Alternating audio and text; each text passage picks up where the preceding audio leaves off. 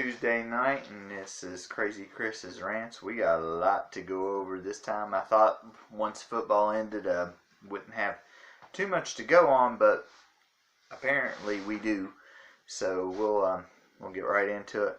Myles Garrett of the Browns is reinstated to the NFL. He's the one that hit Mason Rudolph of the Pittsburgh Steelers over the head with Rudolph's own helmet. He was suspended for a number of games, and the NFL has decided to reinstate him. So we will see where that goes.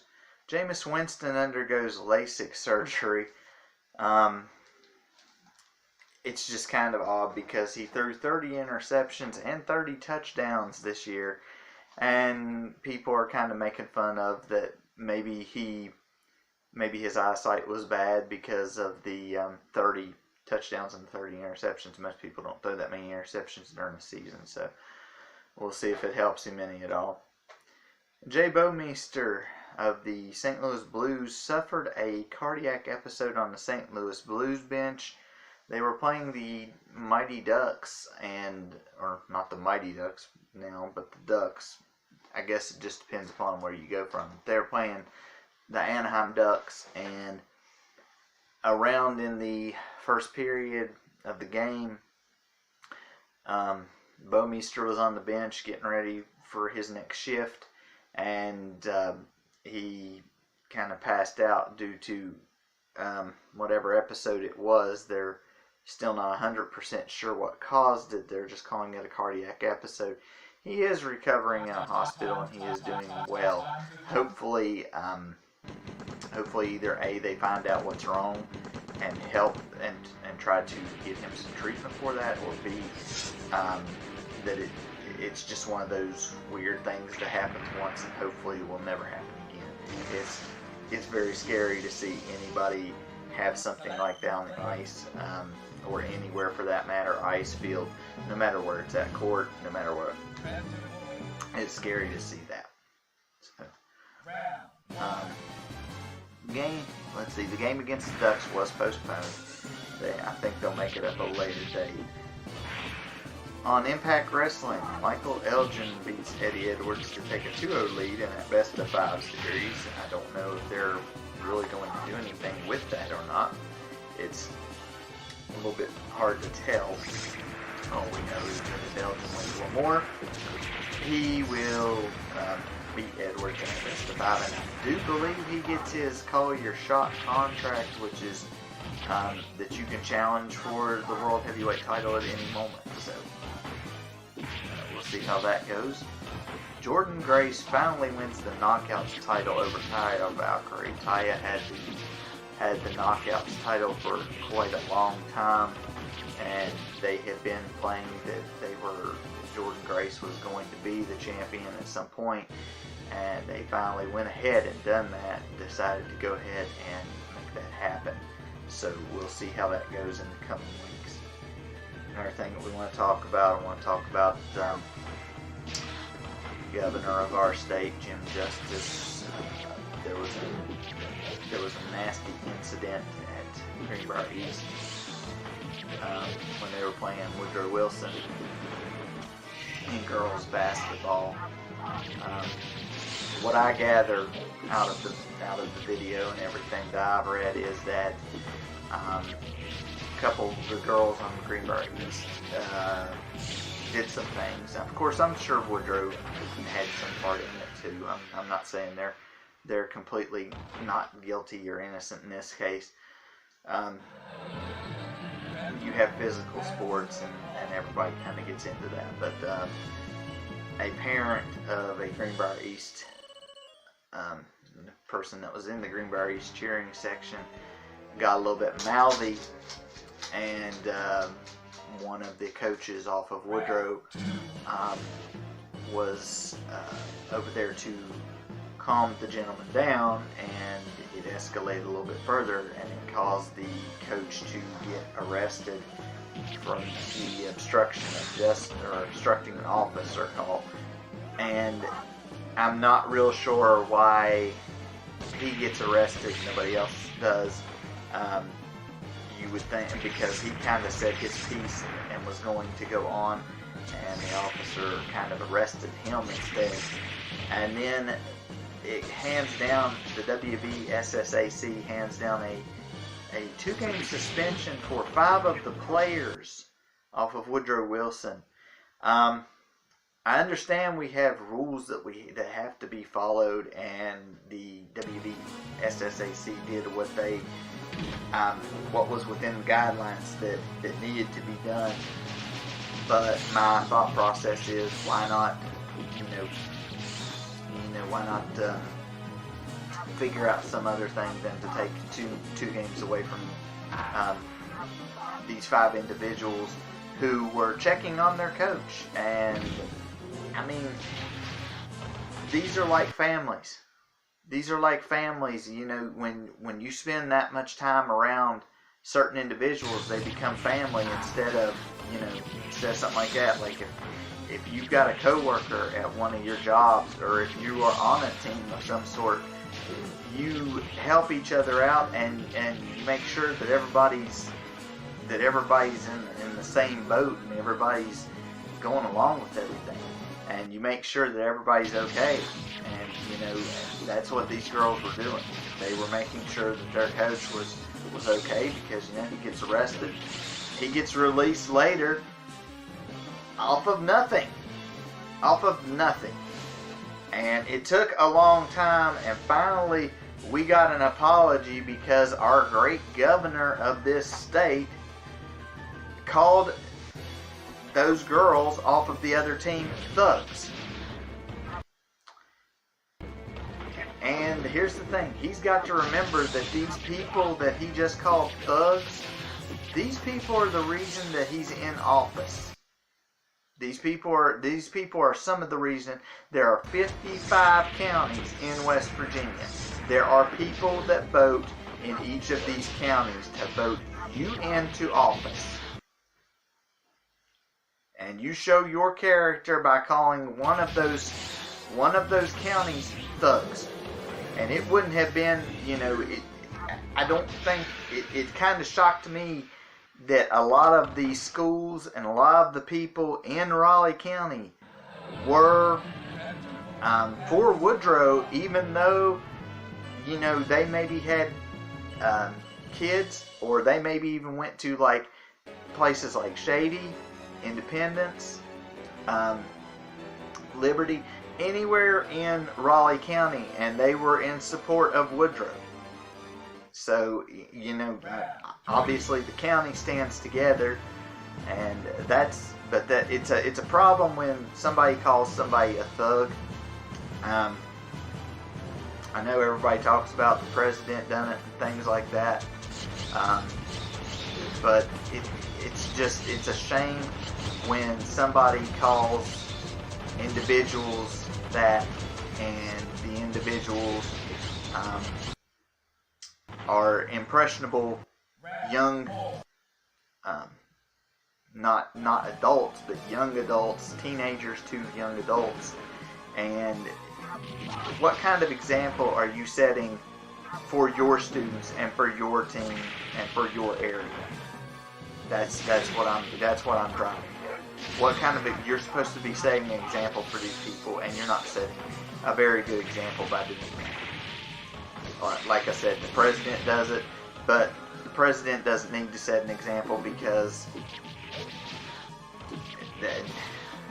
when has the president needed to set an example lately? Obama surely didn't do it. And so, or the examples he set were not very good. And people talk about, no, Trump's bad, Trump's bad. You look back on the last couple of presidents we've had, they've all been bad. One way or the other. They've all been bad. They've all made tons of mistakes and things like that. And that's how that goes. But just kind of disappointed in Governor, but I kind of expect that reaction from him, but he finally apologized. That eases it just a little bit more. He still thinks that they did no wrong or anything like that, or that he didn't say anything wrong. At least he apologized. helps a little bit, but still, that's a shame. That's a shame. Should have never happened. Should have never been said. The whole altercation should have never went. Should never happen. Up next, the NXT. Lio Rush beats Angel Garza for #1 contender to Cruiserweight title. We skip right over to AEW. Omega and Paige retain the tag titles over SCU. Nyla Rose defeats Rio for the women's title. Nyla Rose is one of these kind of imposing women's figures in wrestling. Kind of like Awesome Kong and some of those other ones where you kind of wonder who's going to take the belt off of them, or is it going to take more than just one person in a match to do that, because she's kind of big and dominating. Credit Rio for giving her a match that a lot of people thought Rio could win. The kind of David versus Goliath mentality, and Rio just, I guess they just wanted to pull the trigger on somebody else and have it different. On SmackDown, Bayley retains her title against Carmella. This was kind of an impromptu, I think, matchup. Wasn't really a matchup anyway. It didn't really last that long. Bayley just looked to dominate against her. Of course, now Naomi comes out at the end after Bayley's kind of beating on Carmella, and Naomi helps her toss Bayley over the ropes and out of the ring. So I believe Naomi and Carmella have a #1 contenders match coming up. You can't see why they would not have Naomi to win that match to set her up against Bayley. That would be the thing to do. There was a segment that had been building up for a while. It was Otis of Heavy Construction and Mandy Rose, and they were supposed to go on a Valentine's Day date. WWE kind of throws Ziggler in the mix. I'm not real sure why they had him in this segment. But to make a long story short, Otis gets there late, and Ziggler's already set the table. So we'll see how they go with these three individuals. Move ahead and see what kind of storyline they come up with. Hopefully it's not as bad as Bobby Lashley and Lana and Rusev's storyline that we got going. That was just confusing as can be, and still is confusing to this moment. It's still very confusing. So hopefully we don't have a repeat of that. Manchester City of the Premier League is banned from the Champions League for 2 years for overstated sponsor revenue. Not really much to say about this other than what I just said. There's really no explanation needed, I don't think, other than what we said. Just thought we'd throw it out there. Josh Norman got released from the Redskins. Norman got released, and the reason the Redskins cited was that he was underperforming. Wasn't doing great there, but he wasn't doing bad either, so I don't really see where the underperforming comes in there. But I don't know what they were expecting him to be. But obviously he was not meeting the expectations at DC, so he's gone from there. Paul George has been fined he's in basketball. He plays for the Clippers. He was fined for criticizing officials in a game that the Clippers lost. He went 3 for 15 shooting, and the penalties were 19-11, and he decided to say that the officials were calling fouls against the Clippers. Again, do not criticize the officials when you go 3 for 15 and the penalties are 19 to 11. That's only an 8 penalty difference. It's not an overwhelming thing. And just because you have a bad, terrible night shooting and you can't make a basket, do not blame it on the officials. That is on you. That is on you as a player. You were not making the shots. They were not going. The shots were not falling. Do not blame that on somebody else. That is your fault. That is your own fault. Let's see. Team LeBron defeats Team Giannis in NBA All-Star Game. It was like on a last-second shot. I guess they had to try to fix it to make it look halfway interesting. And I don't know how many people watched it. I don't know if anybody really watched it. That's true. Over the years, the NBA All-Star Game has been just, I'll just say it, it's been crap. It's really been crap. It's really been just boring. Let's see. Kyrie Irving is going to be the vice president of the NBA's Players Association. So we'll see if he changes anything on that. Here's an interesting stat. UConn women's basketball team is out of the top 5 for the first time in 13 years. This team has been in the top 5 of the standings for the last 13 years and have finally lost enough games to be knocked out of the top 5. I say it should have been earlier. I wish it would have been earlier because it gets really boring seeing the same team win all of the time. It's like watching the Patriots in football. It gets boring. It gets boring and you lose people viewing because they know exactly what's going to happen. Don't do that. People don't like it when that happens. Let's see. New Jersey trades Andy Green to the Islanders, which was their captain, and the Devils get David Quenneville and the 2021 second round pick.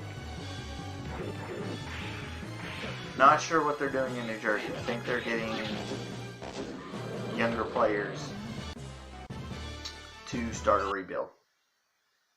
They're dead last in the Metro at the moment. They're not that. Everybody in the Metro is kind of close to. They're not really the worst team in the league. That happens to be Detroit right at the moment. But they're still down there, and I guess they thought that maybe this year maybe they would be better. They made it to the playoffs a couple of years back. I don't really know what happened. All of a sudden, it just kind of ran into the ground. But we'll see if they're going to go with that youth as they go forward. NXT TakeOver Portland was a pay-per-view that was on Sunday night without anything else on. Keith Lee defends the North American title against Dominik Dijakovic in what was a great match. Both men are really big. I think they're both over 300 pounds. I'm showing some athleticism and some agility. It was a really great match. If you get the chance to watch it on YouTube, you might want to do that. Even if you just watch the highlights of it, it's a really good match. Really interesting to see how that went. Either man could have won that match, and I would have been fine with that either way. Let's see.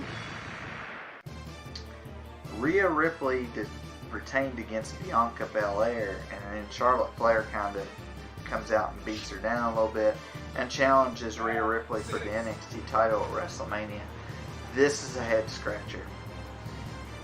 Charlotte Flair won the Royal Rumble, decides to challenge the NXT Women's Champion. The NXT is the developmental, like the farm system for WWE. Why they're doing this, I'm really not sure. I don't really know the call for it. You'd think Charlotte would go after one, either Bayley or Becky, and the way that they have Charlotte, she could be either heel or face, but they are going to make her a heel and make her face Ripley at WrestleMania in a match that I can only describe as, it's not going to be as good as probably what we would think it would be. I mean, they could make it good, but I just don't know if it's going to. The Broserweights defeated the Undisputed Era to win the tag titles. About time they took the tag titles off of the Undisputed Era anyway, because the Undisputed Era had all the gold again. Made it to where I didn't want to watch any of this, because I figured that the Undisputed Era would cheat to retain the titles. They did not. Well, they tried to a little bit, but they did not, and they lost the titles. I am, and you can't see it right now, but I am ecstatically thrilled about that. Now, the only problem I had with the pay-per-view was solid. The whole thing was good. The last match, Adam Cole is facing Tommaso Ciampa.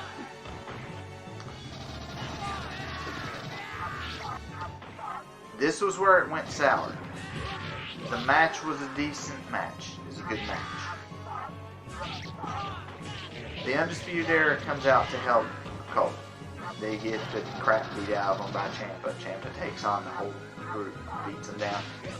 He ends up knocking out the referee inadvertently, and his tag team partner, who he had before, Gargano, ends up clocking him upside the head with the belt. That was not the ending we needed. Otherwise, the whole show would have been fantastic if Ciampa would have won the title. But he did not win the title, and it's a shame that happened, and it's a shame that even if they would have had Cole to win without help, it would have been better than the way that he won.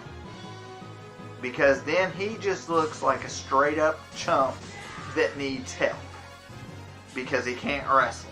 That's pretty much what it boils down to. He looks like a chump at that point. Not a champ, a chump. So it was good to up to that point, and then after that point it just sucked. Anyway, on Raw, Riddick Moss retains the 24/7 title over Mojo Rawley and R-Truth. My question is, are we going to have a 24/7 title, or are we just going to have title matches that are actually sanctioned and we just call them hardcore matches even though nothing goes on? And they're not really 24/7 matches. I don't... Why do we even have the belt if we're not going to do this and that with it? Some people are like, well, you can't have it with this and that and everything just going everywhere. Well, no. You can't do it all the time. But at the time, every now and then, it's different. Whenever I was a teenager and it was the Raw era, well, the Attitude Raw era, they had a hardcore championship. And yeah, they had matches, but yeah, they had backstage stuff too. And it was nothing to see somebody clock somebody with a trash can lid or anything like that, and it made it better because you just never knew what was going to happen. And I don't know if people just don't want to see that or what. I'm not sure. That's another thing I want to rant about. These people in these crowds have no idea what they want. They're cheering for Adam Cole in the match against Tommaso Ciampa, and they're cheering for Ciampa and then Cole, and then Ciampa and then Cole. very few matches like the one with Lee and how you say the guy's name? Dijakovic. Very few matches have face against face or heel against heel. Adam Cole is to be labeled as a heel, but the fans love him. You will have a problem if this keeps going at this pace. And they do it. It's not only on NXT, it's on SmackDown and Raw. You can't have this happen all the time. You're going to have problems. The crowd is confused as to who they're supposed to cheer for and who they're supposed to boo. They're confused. They have no earthly idea what to do. So you need to clearly define what role somebody plays in every match. You need to define that so that we know what to do. It's getting really confusing. Attitude Era, again, when I wasn't and the one I would watch, we didn't have that problem. We knew who we wanted to cheer for, we knew who we didn't, who we wanted to boo, and then, like I had a friend that he liked the heels at the time and didn't like the faces, so he cheered for the heels, but that was okay because that was how he did stuff. He didn't cheer for the faces. He cheered for the heels because everybody else was cheering for the faces. That he wanted to do something a little bit different. Now, that's up to him. He can do that. But not when you got a big crowd that's going halfway and the other way. Greg Olson is signed by the Seattle Seahawks. So he's going to play there. They're going to try him out, see how it goes. They were talking about he might retire, but he's not retiring this year. Charlie Strong, who was coaching Texas, thank you, at South Florida to coach. He is going to join Nick Saban at Alabama to be an assistant coach of some sort there. See how that turns out for him. Drew Brees is coming back for another season in the NFL. Nice to see Drew Brees actually going to come back. And, he's not calling it quits yet. He's pretty good. He's a pretty good quarterback, and he still looks like he can go. So see what happens. And the last thing I want to talk about is Danny Hamlin. Well, it's not going to be the last thing because we got another thing. Danny Hamlin wins the Daytona 500. The bigger story is the big crash on the last lap where Ryan Newman is in first place. Hamlin's in third. Blaney is in second. Dave Blaney, they're coming down the back stretch. They're near the start-finish line. There was a crash that was on the back stretch, and I guess from where they had a caution flag before and they were trying to do a green-white checkered, they kind of messed up on the restart. Somebody gets spun out, but it wasn't really a bad wreck, but they didn't end it. I guess they were just going to run that last lap. And Blaney's pushing, and from what I hear, and I have watched the video and I have kind of calmed down from it. From what I hear, Hamlin is in the back of Blaney. Blaney's in the back of Newman. Newman gets spun around, and I'm not sure how it worked out, but he ended up being airborne, being flipped over a few times. I think he gets hit by LaJoie as well, which LaJoie, he couldn't have avoided him anyway. There's no way to avoid. When a car is doing stuff like that and there's smoke and stuff everywhere, there's a lot of times when you can't see, your spotter ain't going to be able to see, and it's inevitable. You might be collected and you might hit somebody. Now, granted, Ryan Newman finished 5th in the race. He finishes 5th. He finishes 5th upside down in his car when it's leaking, and it's like leaking fluids. They get him out of the car. He goes to the hospital. He is in serious condition, but but his injuries are not life-threatening. He's in a serious condition, but his injuries are not life-threatening. So we'll see. We'll hope for a speedy recovery. Hope that he gets better. You never want to, like I said earlier, with the cardiac episode with Bouwmeester, you don't want to see this happen anywhere in sports or anywhere else. You don't want to see it happen. Unfortunately, in racing,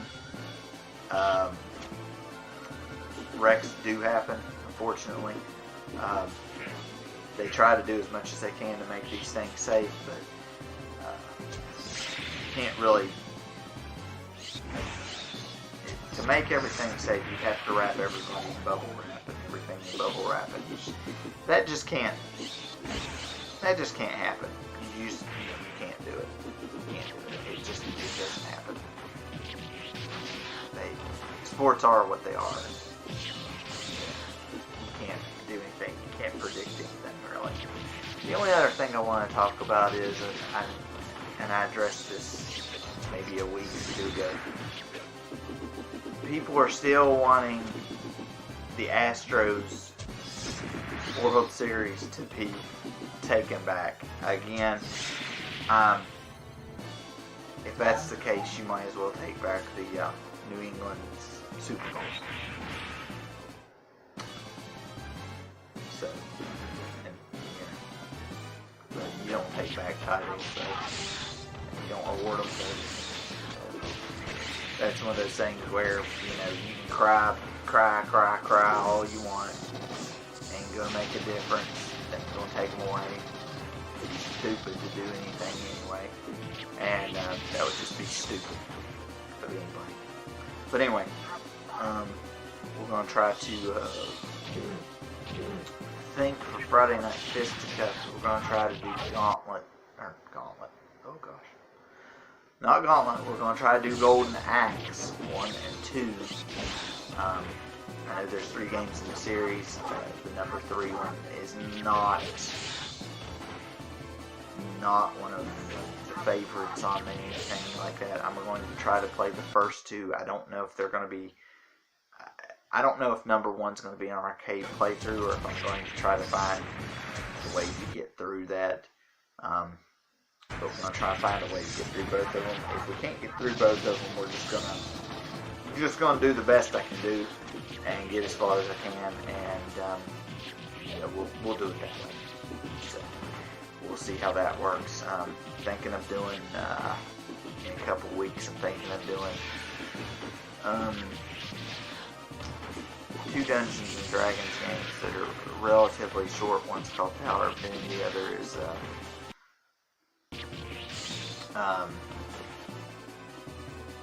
Chronicles of Mystaria, I think, is the name of that one. And they have different endings, different ways to them. I don't think I'll be going all the way through the different ones, but we'll see how long an actual playthrough takes. We'll see how many endings we want to get done, that we will try to get done. So, like I said, not going to guarantee that's going to be something that's going to be all the way through. But we're going to try to do. So that's it for this Tuesday. You guys know to hit like, watch the video, hit like. Tell your friends if you think that there's something on here they'd be interested in. And let them know that we do this every Tuesday. We'll be back next Tuesday to see what else is going on. So we'll see you then.